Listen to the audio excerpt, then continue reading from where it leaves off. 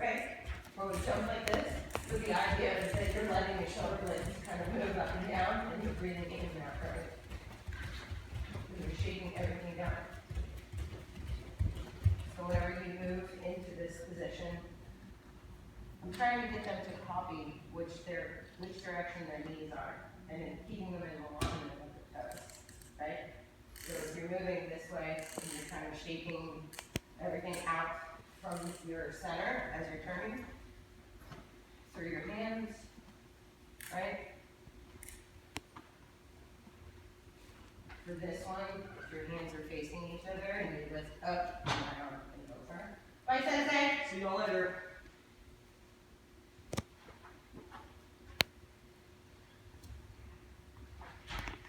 So if you slow down, if you notice that you got a bunch of people rocking like this, or some movements where they're out of focus, right? Where they're not looking at you anymore, then sometimes I will try to, without saying things, physically slow down even more, bend my knees even more, get into the shape.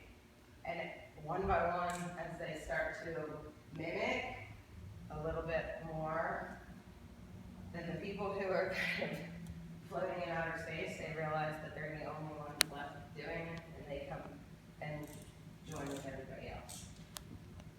Right? So if we stop, turn one foot out to the side. And then back up. Now, if you watch, some of the senseis will lift and spread their toes while they're doing their breathing in and out. The benefit of this is that you're getting a broader reach across all the muscles in your feet, and you're going to have more elasticity in all of the muscles in between your toes, so that as you're moving around, right, you have a more firm foundation and you have a better suction to the mat as you're moving. The cues that I like is press your big toe mound down and flare out your pinky toe as far as you can to the side, trying to spread all your toes out like that, right? But what you'll mainly see is a nonverbal cue where people will just lift all of their toes, right, while they're doing something like this one. So, say for instance, we're going up.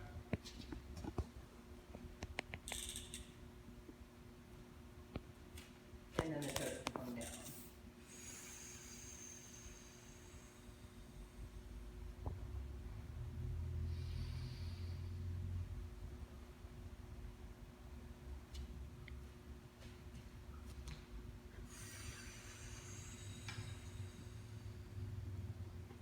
And you'll see, if you pay attention to the teachers that have been doing this the longest, there's all different variations. You know, some people won't have their legs very far apart. Some people will come in this way, do it here and then down, right? But the idea is you're getting people to start breathing all the way through their legs, even more so, all the way through the spine up, and then grounding it and compressing it back down, right? So for kids class, I'm trying to do all this stuff without the words. I want them to copy so that they really get an understanding of what it needs to feel like in their body. One by one, if you can say little things like, so we went from shaking everything out to moving this way, and then getting into these stretches, some breathing exercises, right? And then from here, you can either do knee circles, right? Or you can bend, touch, and lift up, and bend and back down, right?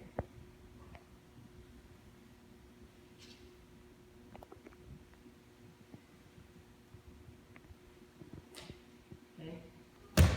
I really want to see them be able to move through these. So from here, if you breathe in really, really loudly, breathe out really loudly, you're shifting your weight forward so that your shoulders are in front of your hands. Yep. Without going through grinding your shoulders like this, shift forward, over, and then down.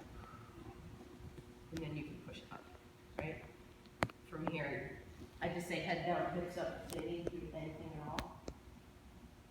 Look forward, shift forward, all the way down, okay?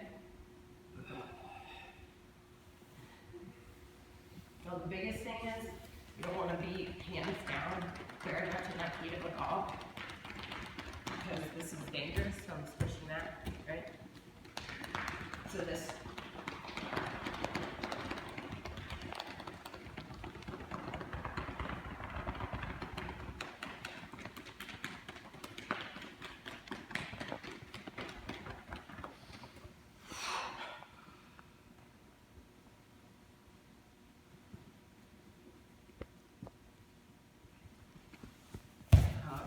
Major cues for this part would be knees down, toes up, right? You want to give them as many things in few concise words.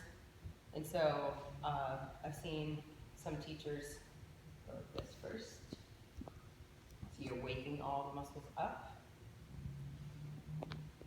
Change direction.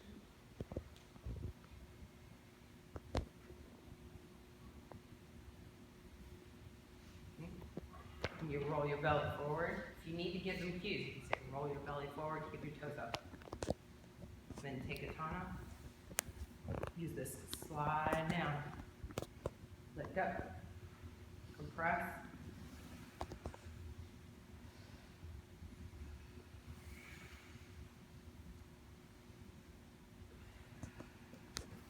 On the next one, lift up, turn your torso to the side, and then go down.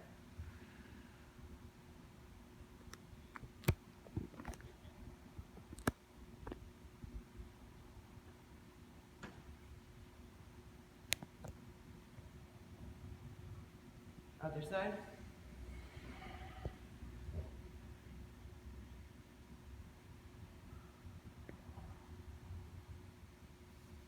Down in the middle. So from here, bringing your feet in. So I say, make the bottoms of your feet look at each other. Right? Knees out to the side.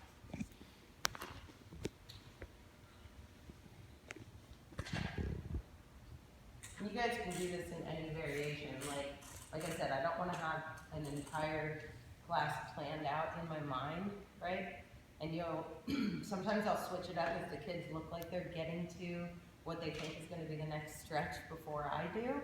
Then I'll switch it up and do it out of order on purpose, right? But I'm thinking hip openers, wake up the feet, and shoulder openers.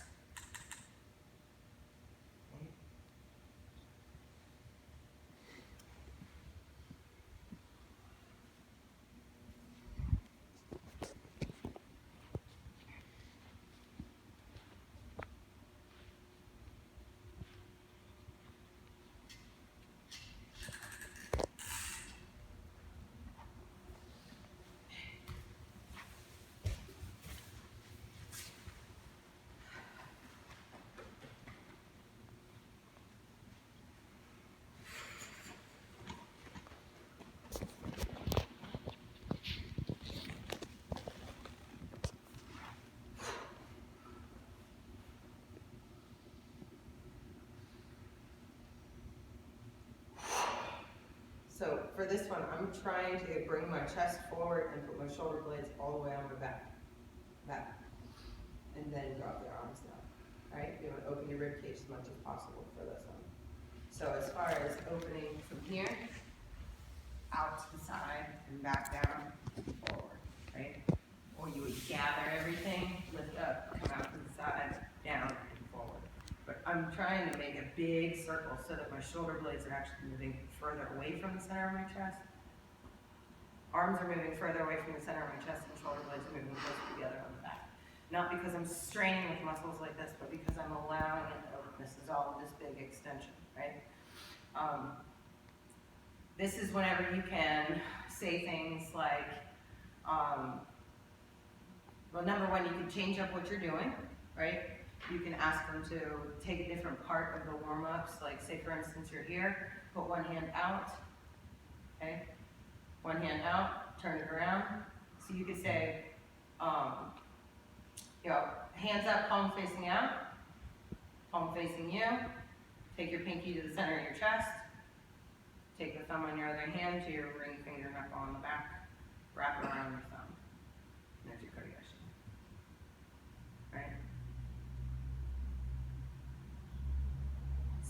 trying to see them open up in their shoulders. Breathe through this. So do not press to the point of pain. Give yourself a good stretch without making yourself feel like you gotta fight against it. And breathe. Right? And palm out. So palm facing away, palm facing you. Take your pinky to the center of your chest.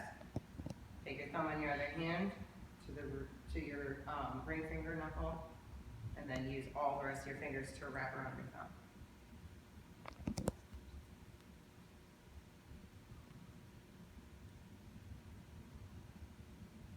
Okay. Going into the rest of the wrist stretches, I don't teach knee care for kids class, but it's good for them to do the counter stretch for kotegaeshi, right? So thumb down, thumb up on your outside hand, go to the back of your hand, wrap your thumb around, and then wrap all your fingers around here. And then pinky to your forehead very slowly, relaxing your shoulders.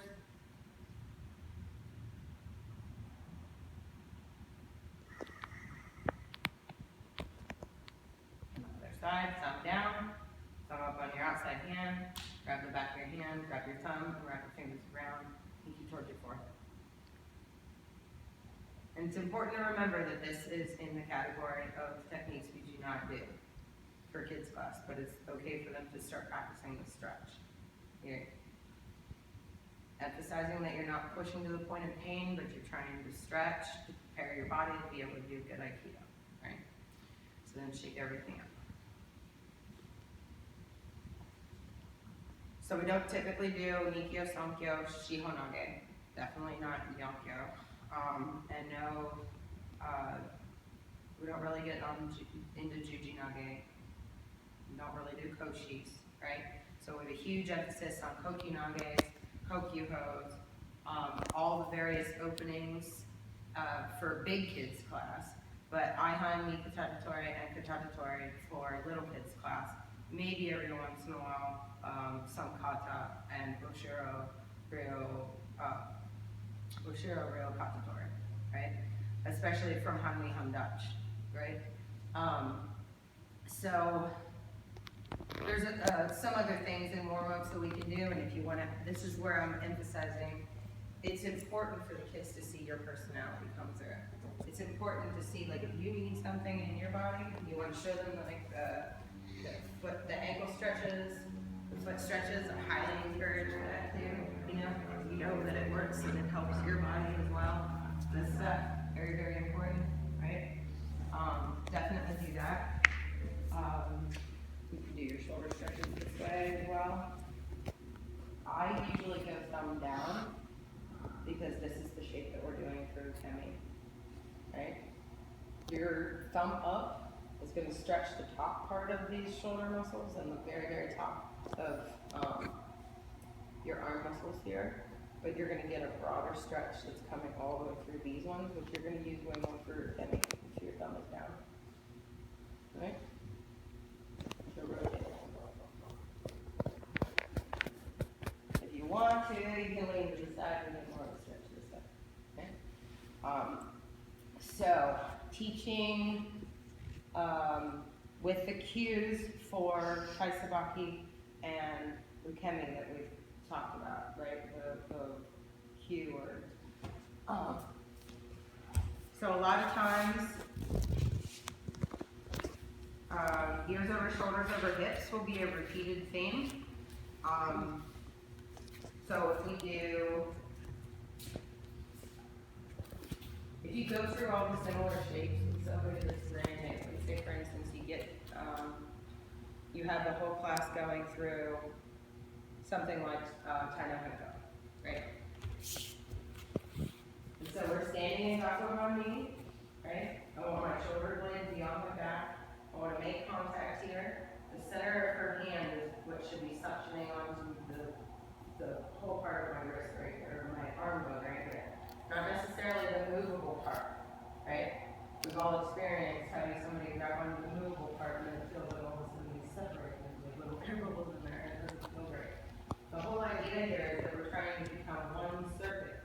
So if my weight can match her weight, where she's trying to connect with me here, then I can move her into my center, and then I can, right? Stay ears over, shoulders over hips. Breathe out, come down and get heavy. Now my knee is in line with my front foot, and the top of my leg bone is plugged into my hip, right? So this is where the similar shapes are gonna repeat themselves, and this is the first one that you're seeing. So whenever we were here for this exercise, where we came down, right? This is first time we're on me during the class.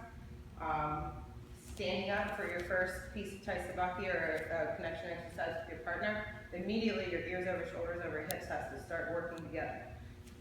Your back knee is in line with the toes going that way, front knee is in line with the toes going this way, and if we did rowing exercise, you would want to aim towards your front foot and aim towards your back foot. Front foot, back foot, front foot, back foot. Now everybody's range of motion on their hip is a little bit different. And if you see somebody where they have their knee going this way, but their foot is going that way, that is room for repetitive stress injury. We're trying to avoid it. Right? So the idea here is that you would want equal weight between both feet. So your hind knee is going to be different than mine. This is not mine. This might be somebody that's like 6'5", right? Mine's here. I'm not going to move very far off this center line if my feet are this far apart. If my feet are this far apart, I'm going to start swaying myself, right? I want to have conscientious movement, because whenever I do tie up ankle with my partner, I want to be able to make this a pivot, slide my front foot back, and still maintain balance and equal weight between both feet, right? So your cueing for that would be that you would, for your tenkan here, it would be pivot, right? And then slide the front foot back. Yes. So as you do that, right, this pivot, this one's going to open up, and you change on me here, right?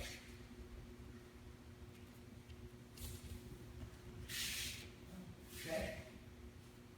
So if we're trying to give like a few words to mean a whole lot of stuff at one time, right? So then you got weight on, ears over, shoulders over, hips. Pivot, slide your front foot back, right? So then if you're working with a partner for kind of Henko, then I would say move your hind knee to the outside of her front foot. Scoop her weight in here, right? So pivot, slide your front foot back. And this could be like a real, it might be the first little marker of like success. It might be like, oh, I felt something happen because I saw her move. So, right, if I'm keeping my ears over, shoulders over, hips, and I'm able to bring her center in by putting my weight on top of her connection, and I keep that in front of me, this can turn into our first Koki nugget, right? So then, moving on from there. If we're teaching all the Tai Sabaki exercises, right? And if this is the basic stuff that would be any other combination of stuff that you're teaching in class, right? Your slide knee would be, slide forward, cut up, slide back, cut up. You could prepare them for a body movement like that. Or like Aikido would be like slide forward, cut up, down. Right? Because by the time you do an emote for Aikido, would be up, down. So by the time they get completely offline, and they move their front foot and back foot, their hands should be down to their legs like that, without leaning forward, right? Or pushing their weight on somebody's elbows too much, right? So then your tenkan to do on the other side, we break it down as step forward, cut up, pivot, like that, cut down. And again, if you catch yourself looking nose over toes, or if you are taking your head off of your center line, if your head is away from your belly button, then you are no longer ears over shoulders over hips, right? So if you are step forward, cut up, pivot, slide back, cut down, now look down and see if your knee is in the same direction as your front foot and your arms, right? And if it isn't, chances are you might be leaning forward too. You can shift everything and sync, right? And then you get back in line with yourself. Right? So because they're going to be copying you more than listening to what you have to say, at least in my experience, like we need to make sure that we're saying what we're doing, you know? So if we're moving to your knee, slide forward, cut up, and then we need to have our hands down by the time we get there, right? Because in the very first, like in the little kids, if you teach that class, this is okay to get away with it. Slide forward, cut up, slide back, cut down. Or sometimes I'll say front foot, back foot, front foot. Right? Because I need them to just have little manageable pieces. Right? And so you can even have them line up right on an intersection of the mat. Right? And have them really see that they're moving their entire location. Right? Front foot, back foot, front foot. Right? And then you can stand in front of it. Front foot, back foot. Right? Back foot, front foot. Right? And then they have a realistic idea of why they're doing this. Right? The next would be, so your tension, say back foot up one, say back foot over, 1 foot right. Right? Slide your front foot back. Right? So, back foot over 1 footprint, cut up. Slide your front foot back, cut down. Back foot up 1, cut up. Front foot back, cut down. Right?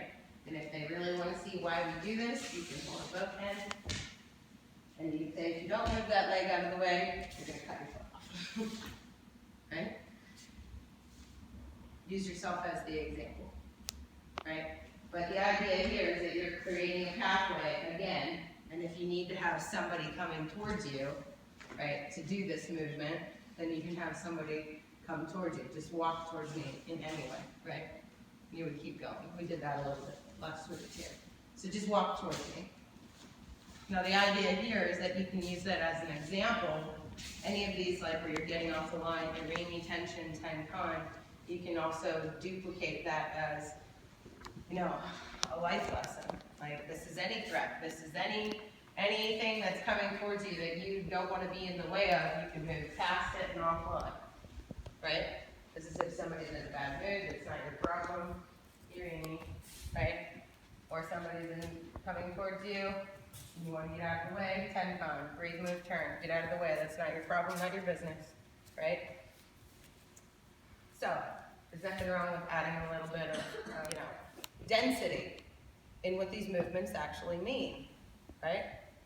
Because this isn't just an exercise and a game that we're playing with our friends. This is something that we can take where you're trying to get them to understand where their center is and then how to make that feeling move to where their skin stops, and then how to make that feeling go as far as anything that they could touch if they were to, pivot and move through a range of motion, right? This is my space. This is my space. Now this is my space. Now this is my space, right? And by the time something gets into that reach, you have a choice of whether or not you're going to be an active participant and what happens with you, So, without working with partners, especially in the little kids class, that's the main idea that we're trying to get them to understand first, is that importance of keeping their space and their extension, right? And so you can use any of these Irimi movements like this, where they have to walk towards you, right? Keep walking towards me, walk towards me, walk towards me, walk towards me, where neither one of us really back down on this connection, but nobody is taking a hit where they're, forcing through and being sacrificed, right? That's where everybody's got to learn. I use the metaphor of like we're trying to be like magnets with our partners, right? Where one of us is moving because the other person's energy and space and everything is orbiting with us, right? So then, for the ukemi side of it, we can have,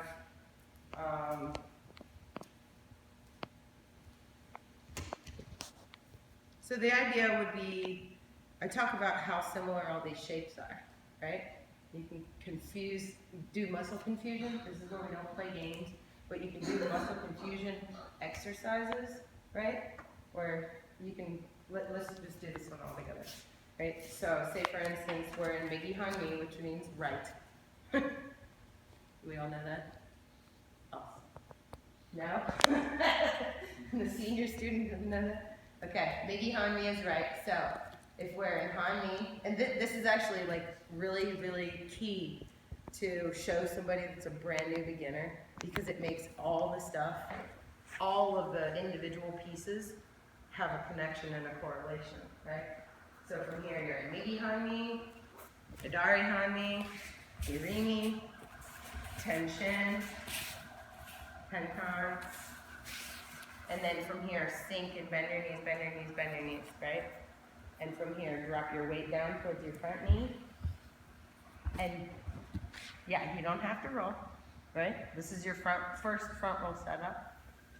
And then come back, feet together underneath you, drop to the other side, right? Let your back foot go out and extend, shoulder down. So whenever you set up for your ukemi, your knee needs to be facing the direction you're trying to go for a forward roll, right? So your line here, because you're still in Han-Mi again, right? So I'm in Han-Mi, Han-Mi, Han-Mi, Han-Mi, Han-Mi. Over and over and over and over and over. So I'll just repeated similar shapes, right? So then your ukemi is all a foundation of like a bowl shape, right? And so right now my bowl is tilting this direction. And if I'm trying to roll in that direction, then I'm going to build the bowl forward. And this whole circle that's in front of my legs, right here, if I were to drop backwards to this one, that bowl is now sitting in this shape, right? So if it tilts forward, now it's here. If it goes backwards, now it's here, right? So it kind of makes all of these movements have little pieces that are like keyed together, right? So depending on where you want to start or what you're trying to do with the class, once you figure out where you're going, if you want to do this in warm-ups, I teach it where you slide Tekatana down so that you go past your wrist, past your shoulder, past everything, go across your back, and by the time you get to the other side, you're pushing up, right? Elbows as close to your knees as possible. Slide this away, all the way across, and then as you come up, you're letting your leg be the part that's pushing you up, not your shoulder. And you can find some more extension in your shoulder if you really let this slide past you to get on all the way down. Yes. And so reminding them to take their chin to their chest and squeeze their stomach muscles together if they need to, so that they get round on the outside, right? And then if you move forward, you're going in that same sort of sliding this past you in the front to get your shoulder here, right? So you can use this as an exercise where they have to maybe shika forward once. So you would have knee, shoulder, and ear in one line. And if I'm looking at my hips and my knees like a box, then I'm aiming for my ear and my shoulder to be right here. Right? Because we're trying to safely move diagonally across our spine.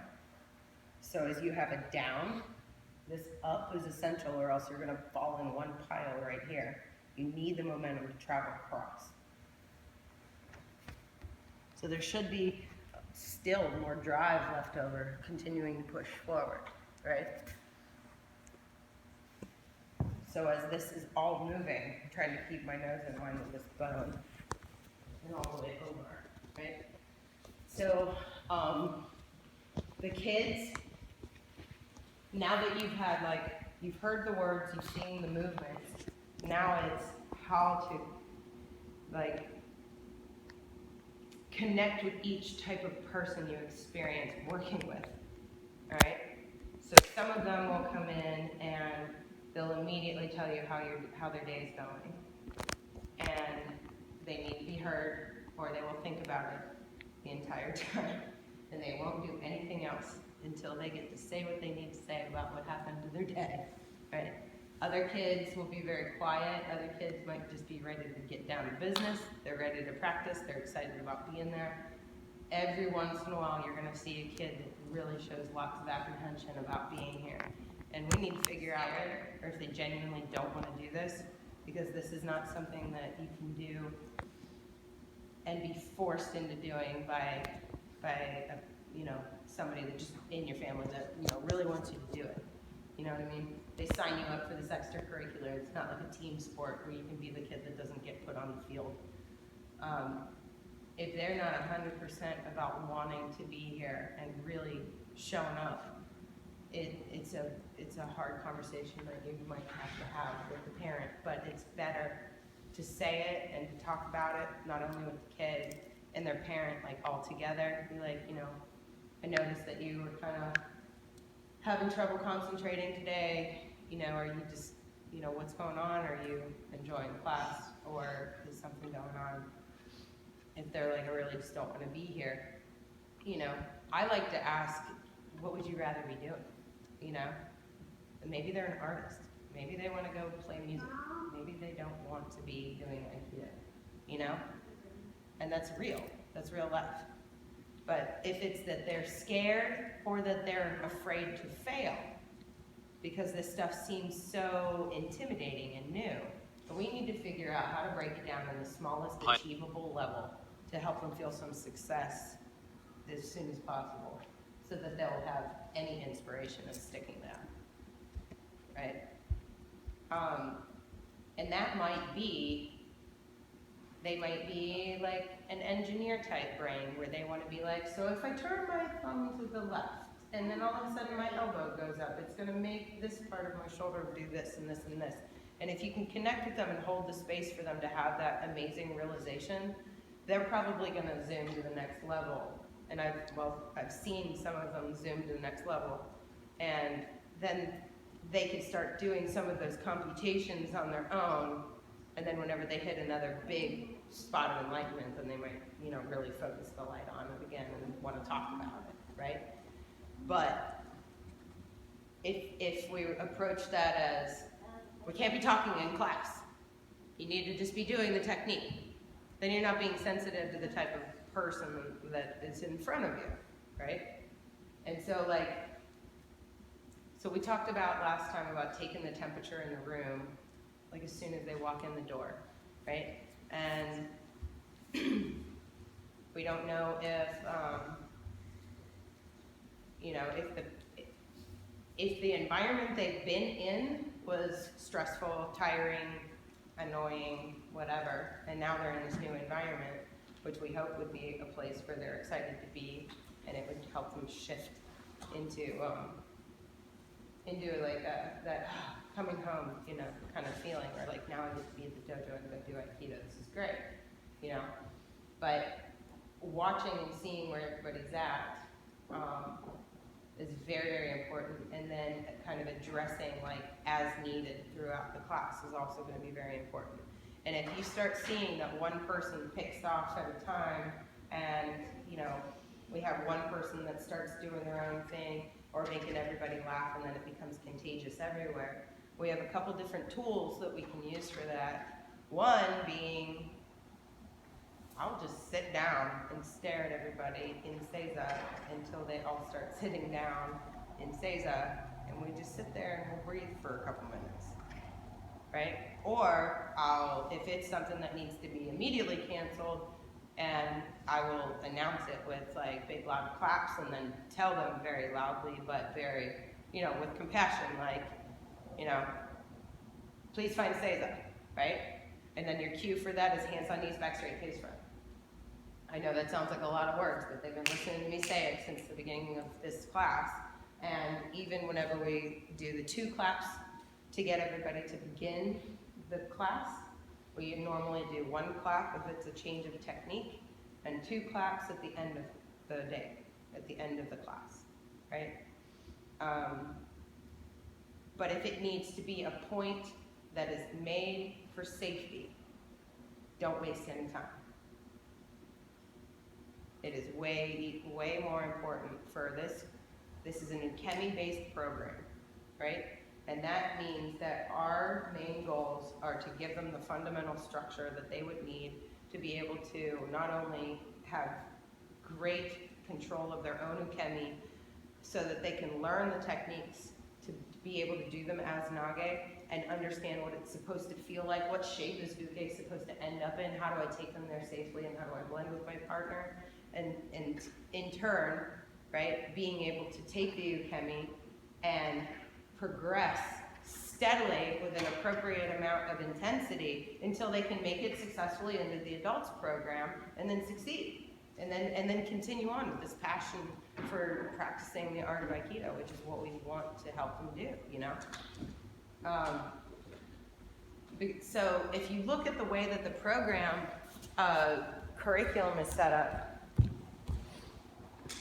and you guys can come closer if you want to, because this is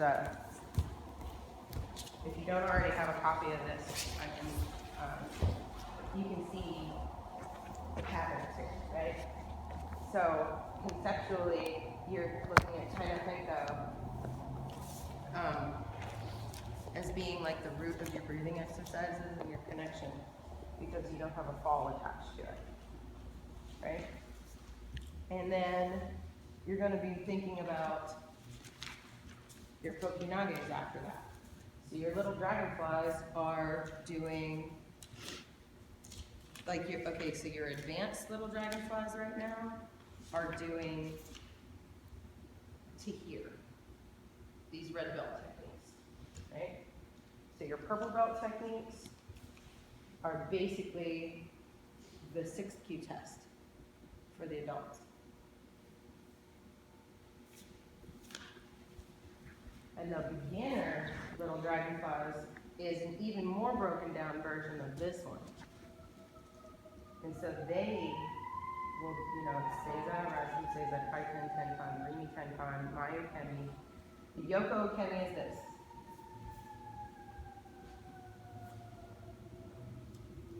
I'm going to call that Yoko Kemi. Okay? Kokyuho exercise is a Taisabaki drill only. And you can start off, right, say, stand in hanmi, spread your feet out just a little bit more, and then eyes, front foot, and your knee all facing the same direction, hands out in front of you like you're carrying something heavy, and then sink, right? And as you turn, you can go feet together, arms raised up, turn, step out, drop down, get heavy. And then say eyes, you know, eyes, shoulders, front foot, and knee on the same level. And you can say that super slow. None of this has to go fast, right? You say make sure that your arms, palms up, relax your shoulders, look forward, and sink, right? So from here, scoop, feet together, arms raised up, pivot again, and then step out and drop down, get heavy, right? If they can really drill the Taisabaki part of it, then by the time you actually have a partner later on, right, and you do the same exact motion here, right? So, come with me, right? From here, when you go up, feet together, right? Then you would go for the throw, out and down. So your Tuesday, Thursday dragonflies would do this as a technique, right? Katatori, Kokyuho, up, and down. So I'm trying to teach them that they're not going to get to right here and then get stuck in this place, right? I want them to, as you're doing feet together, arms raised up, your hands are both scooping right up their torso this way, up. So that by the time you get to this part, you're turning and dropping down, right? The Arimi Tenkan exercise of the step forward, cut up, pivot, slide back, cut down that's what you use on your Ikkyo Ura, right?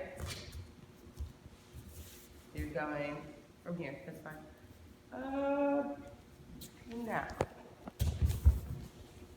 right?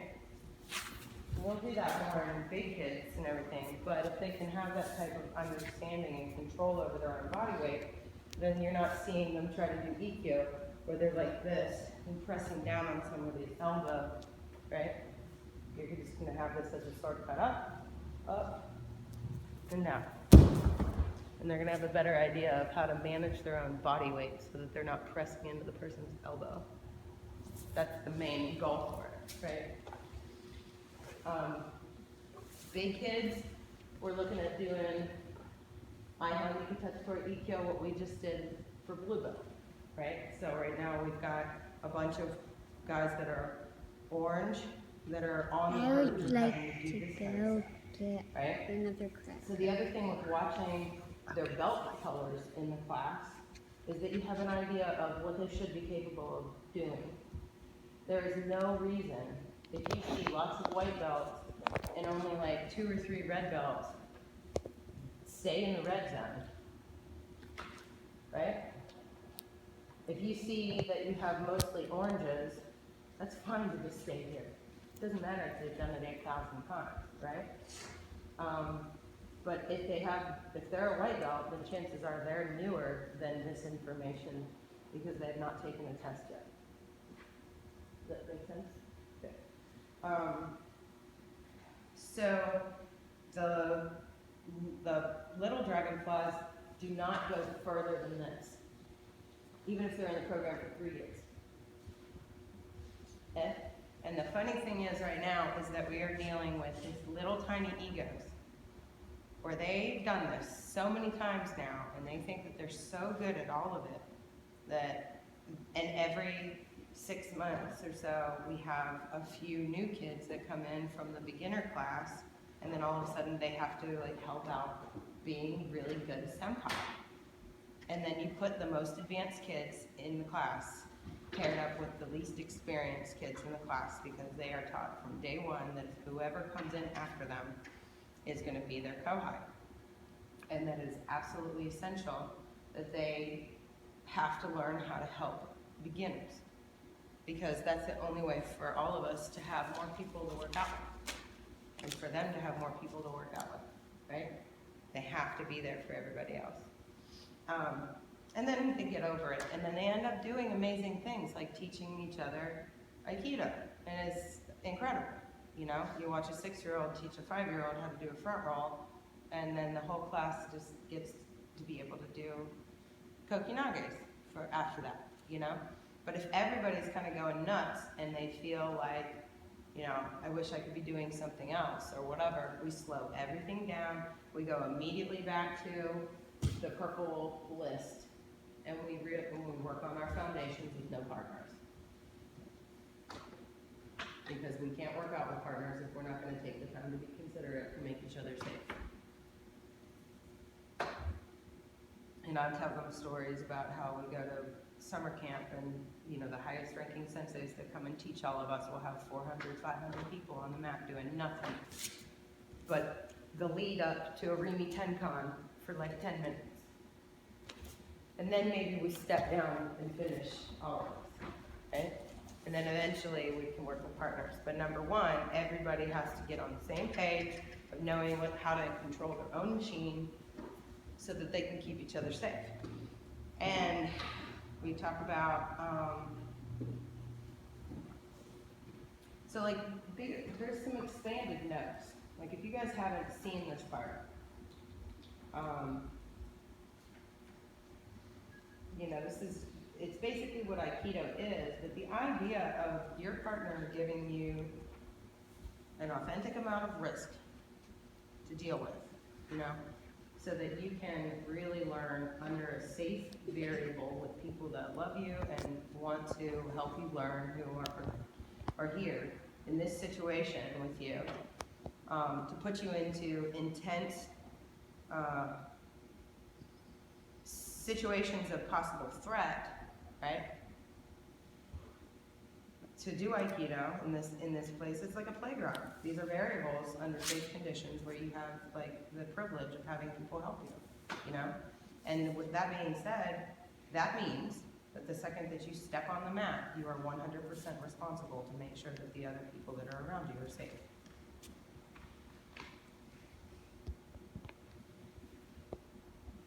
Yeah, I was like, he's getting something.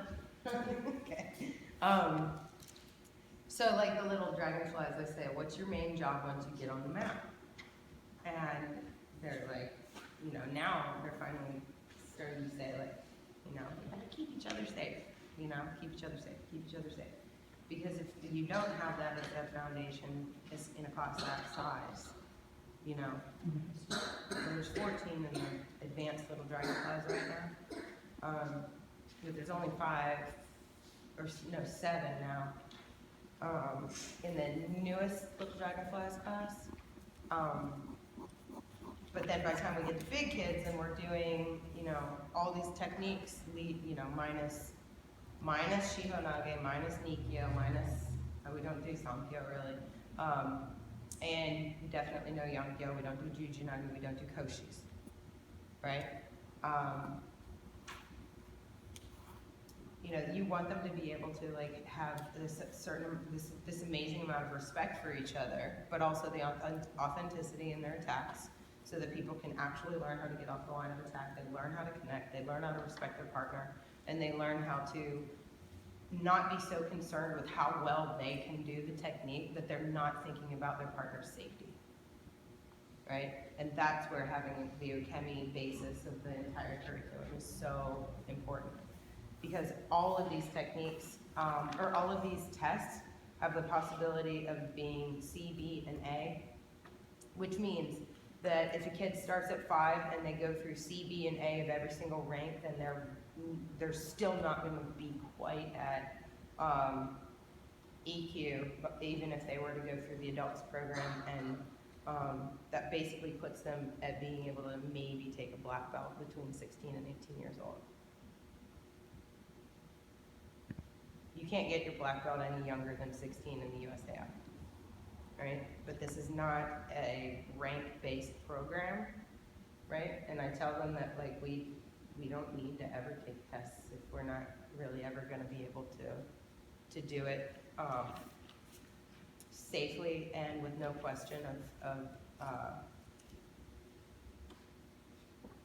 whether or not they think they would fail, right? Because I would never put, we talk about this, I'm not going to put you in a position where you think you could fail, right? We can run through mock tests all day long, all day long, all day long, and then eventually one day I'll be like, that was great, that was your test. And that seems to be working really well, because it takes the pressure off of it being something that they can pass or fail, because it's just a demonstration of their skill.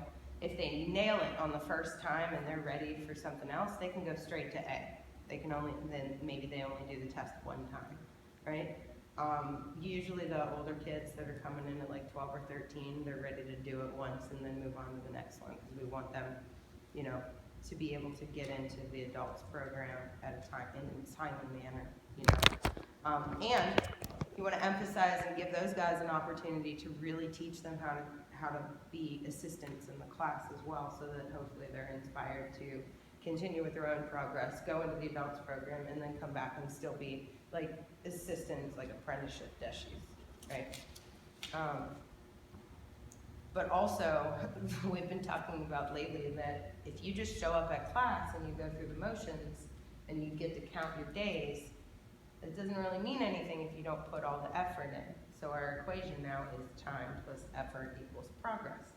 And we talk about time doesn't matter without anything else. It's pretty funny. They're like, what do you mean time doesn't matter? But it doesn't. So, no, it's relevant. So, I gave you guys a whole lot of information. Do you feel like you kind of understand what I'm doing with this a little bit more? I think I want to watch the video a few times. This actually might be one of the most helpful Aikido classes. What, really? I mean, nobody's ever explained these basics. I mean, I've seen it in the kids class, but, yeah, anyway, that was just.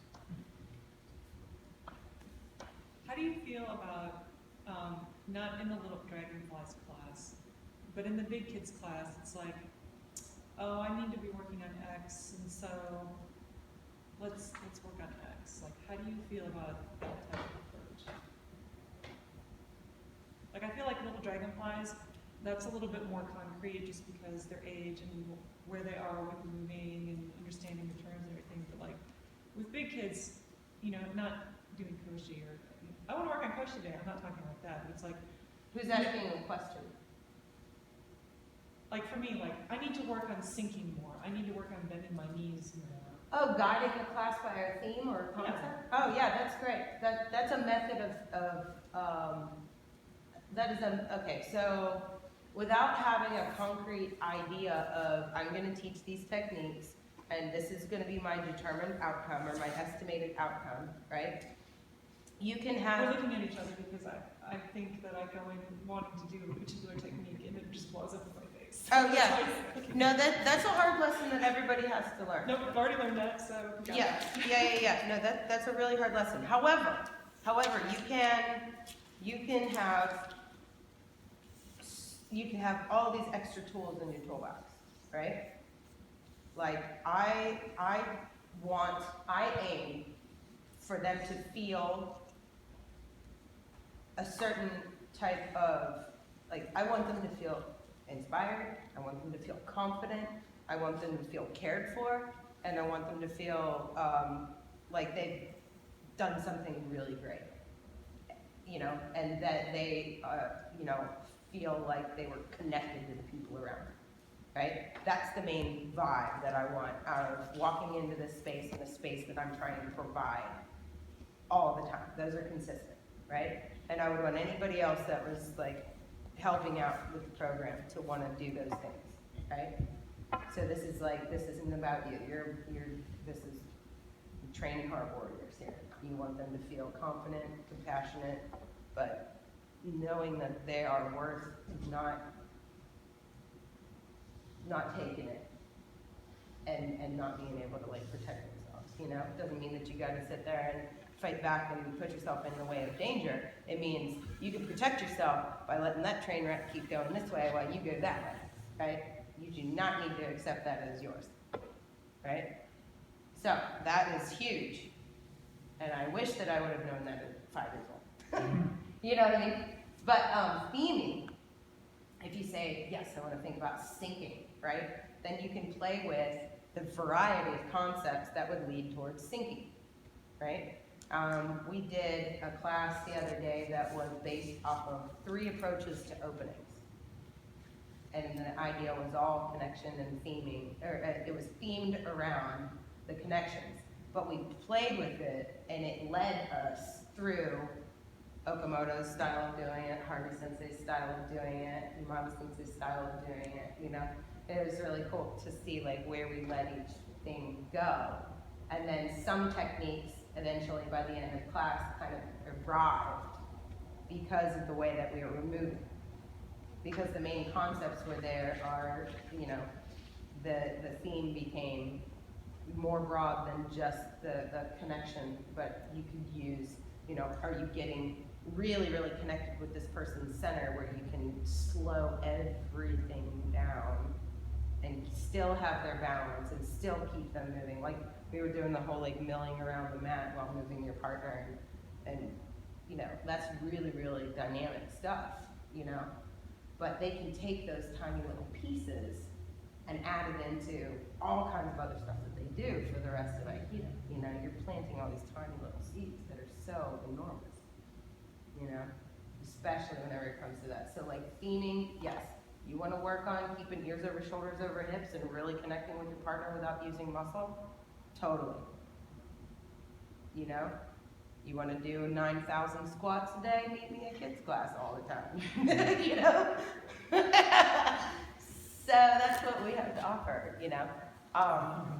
Right on. Thank you, guys. Sorry. Thank you. Yeah. Fantastic. No, thank you so much, Alan.